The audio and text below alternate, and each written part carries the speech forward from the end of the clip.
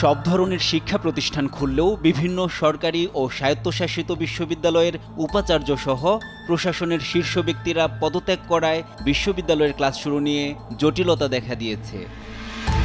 বৈষম্য বিরোধী ছাত্র আন্দোলনে যখন একের পর এক শিক্ষার্থীকে পুলিশ গ্রেফতার করছিল, তখন চট্টগ্রাম বিশ্ববিদ্যালয়ের যোগাযোগ ও সাংবাদিকতা বিভাগের শিক্ষক আর রাজি শিক্ষার্থীদের পাশে দাঁড়ান। জিম্মাদার হয়ে ছাড়িয়ে আনেন বিশ্ববিদ্যালয়ের অন্য বিভাগের শিক্ষার্থী মাসনুনকে।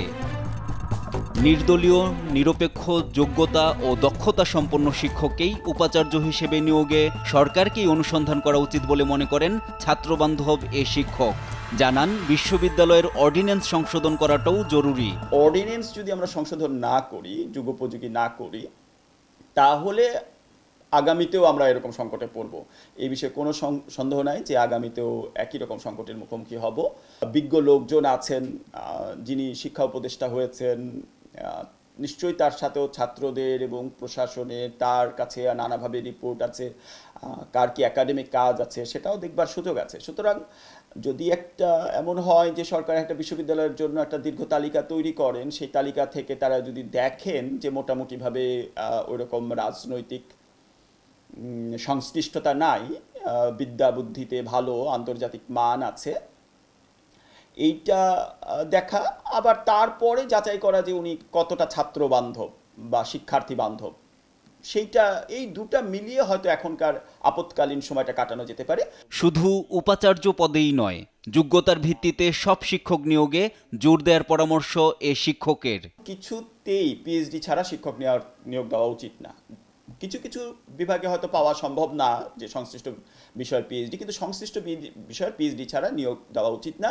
আমরা জানি আমাদের যারা বাইরে পড়তে গেছেন, আমাদের ছাত্রছাত্রীরা যারা গেছেন, তারা অনেক যোগ্য এবং একেবারেই ওয়ার্ল্ড ক্লাস। তো তাদেরকে ফিরাই নিয়ে আসেন, তাদেরকে দেশে আসতে দেন, তাদেরকে বিশ্ববিদ্যালয়ের শিক্ষক হিসেবে তাদের বেতন ভাতা, আপনি বেতন বৃদ্ধি করেন, তাদেরকে বিশেষ একটা গ্রেড দেন, তারা চলে আসবে। তারা তো দেশ সেবা করতে চায়, আমি নিশ্চিত যে তারা এতে করতে চায়। বিশ্ববিদ্যালয়গুলোতে রাজনৈতিক দল নির্ভর ছাত্র এবং শিক্ষক রাজনীতি বন্ধ করে ছাত্র সংসদ ভিত্তিক শিক্ষার্থী রাজনীতি করার আহ্বান এই শিক্ষকদের। সঠিক সময়ে সঠিকভাবে পলিটিক্যাল অ্যাক্ট করাটা খুব জরুরি। মানুষকে জানতে হবে তারা কি চাইছে, তার না পাওয়ার জায়গাটা কোথায়, সে কি পাচ্ছে কি পাচ্ছে না, হ্যাঁ, সেই জায়গাটা তার বুঝতে হবে। এবং আমি বলবো যে কনশাস পলিটিক্যাল অ্যাক্ট, শুধু পলিটিক্যাল অ্যাক্ট নয়, কনশাস পলিটিক্যাল অ্যাক্ট, এটি প্রত্যেকের ভেতরে ধারণ করাটা দরকার। এবং এই ধরনের কনশাস পলিটিক্যাল অ্যাক্ট তৈরি করতে গেলে রাজনৈতিক সংস্কৃতি এবং রাজনৈতিক দর্শন যে চর্চার যে যাত্রা, সেই যাত্রার কিন্তু আসলে কোনো বিকল্প। শিক্ষক রাজনীতিও লেজুর ভিত্তিক হওয়ার কোনো কারণ নাই, কোনো সুযোগও নাই, এটা হতে পারে না। এবং যদি কেবল আমরা বলি যে শিক্ষক রাজনীতি, তাহলে কিন্তু এটা বন্ধ হবে না। প্রকাশ্যে বলতে হবে, নিন্দা করতে হবে।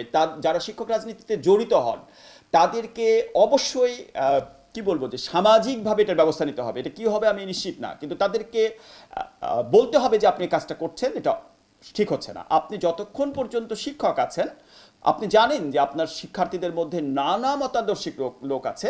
সুতরাং আপনি যদি একটা দলীয় রাজনীতি, একটা দলীয় মতাদর্শকে প্রচার করতে চান বা নিজে এটা বহন করতে চান প্রকাশ্যে, তাহলে আপনার শিক্ষকতা ছেড়ে দেওয়া উচিত।